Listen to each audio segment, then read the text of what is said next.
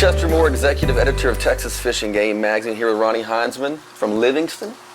And we were out fishing with our good friends Roger Bacon and Ronnie Burnett this morning. And you see this number, that's 66 crappie caught this morning. And this guy, that's legal crappie. We probably caught 100 fish. And this guy probably caught 16, 17, 18 of those fish. And he has no arms. He has these special prosthetic arms. And the reason we came on this trip is because Roger Bacon had fished with him before and told me about this inspirational story of Ronnie here, who was a linesman, had a terrible accident, but he made the absolute best out of it. And it's very, very inspiring because all anglers, all fishermen, all people complain, oh, you know, I'm having a hard time doing this. Well, I think it's good to look at people who have a real situation and persevere in a heroic way, which he has done. And I'm sitting there watching you this morning, and I'm like, you had 3 fish to my 1. I'm on the brim patrol back here, and you're stacking up the big slabs. And I just kind of want to know exactly what happened to make this situation occur, and how did you persevere to do what you're doing now? Well, I was in an electrical accident back in June '04, and it was just miscommunication with me and the foreman and some other things on the job site. Which they took me to UTMB in Galveston. Can't talk bad about that hospital at all. I think they're a wonderful group of people down there. Which I stayed down there about 45 days. Wow. And 2 weeks at Tier there in Houston. But when I come through after they took my arms off and everything, figure out what all went on, what happened, and I knew I didn't have both my arms. I knew that I wasn't going to let this hold me down to doing what I'd normally done. Now, obviously, you probably thought, well, I have to get some kind of prosthesis to make this happen, but I've never really seen one like this. Is this something that's custom built? Did you have to go to someone to design this, or what? No, the gentleman that builds them is out of Houston, down on La Branch. His name is Ted Meilenberg. The doctor at Tier is one that sent me over to him to see what kind of arms I would be capable of using, and these are what he came up with. And they're operated completely by your shoulders? Everything shoulder movement on them. There's no electronics? No electronics on them at all. It's all shoulder movement. Anything I do with my shoulders or move, you got to think about it a little bit, but to move them, you have to move your shoulders a different way or whatever. How long did it take you to be able to function with these? Well, I got my right one first before I got my left one, and that gave me a little time to figure out how to work the right one. But once I got it figured out, the left one wasn't as bad, and then when I tried to work both of them, it took a couple months to kind of get them going together. There's always something happening to them, you know.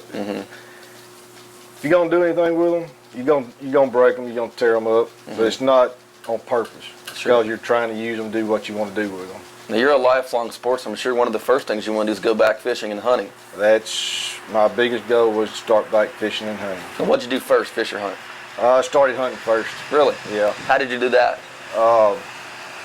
Had some guys where I work at that bought this shooting device for me to put my gun on and everything for me to start being able to shoot. Nice. And did you shoot that? Was that with your mouth? Yes, I had it. It was a device that I sucked on to make it pull the trigger for me. Now, I saw a picture you showed me of a guy who I think had one arm. Was it in the picture with a shotgun, and you're pulling the trigger with some kind of string? Right. It's went to a Olney, Texas, up there, and actually went shot skeet up there and shot dove. This is an annual thing they have up every year, and we practiced together a little bit. And I had another gentleman there that helped me do this, and that other gentleman do that.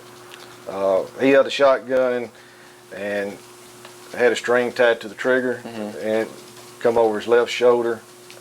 And whenever he was looking at the birds or at the skeet, I was pulling the trigger and shooting skeet that away.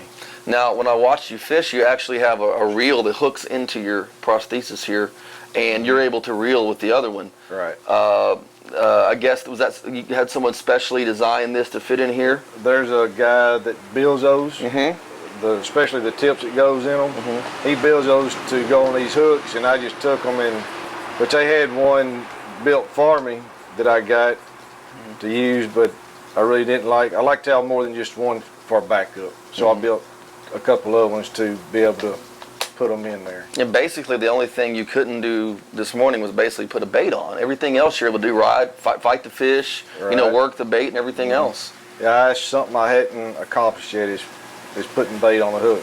But you said yet. Yet. Right. Yeah, there's always tomorrow, right? There's always another day.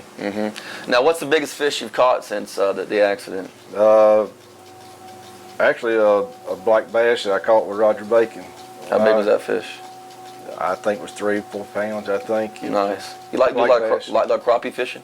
I love crappie fishing. I love catfishing also, and you know,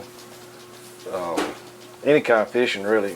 First, we started going on a trip to the coast and doing offshore fishing, and I went out there with them 2 years later after my accident. But I didn't fish any.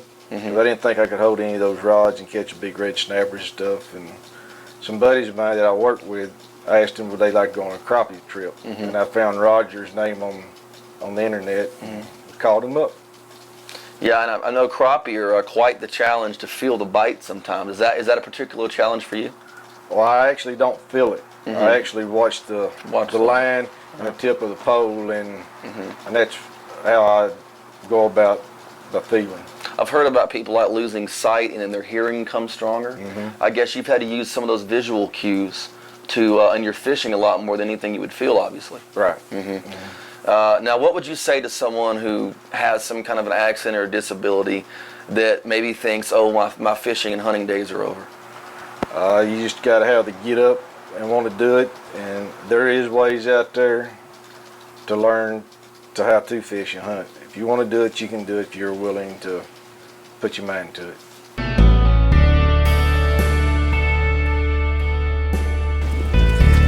Hey, Zed, get on it, wind on it. That's a good one.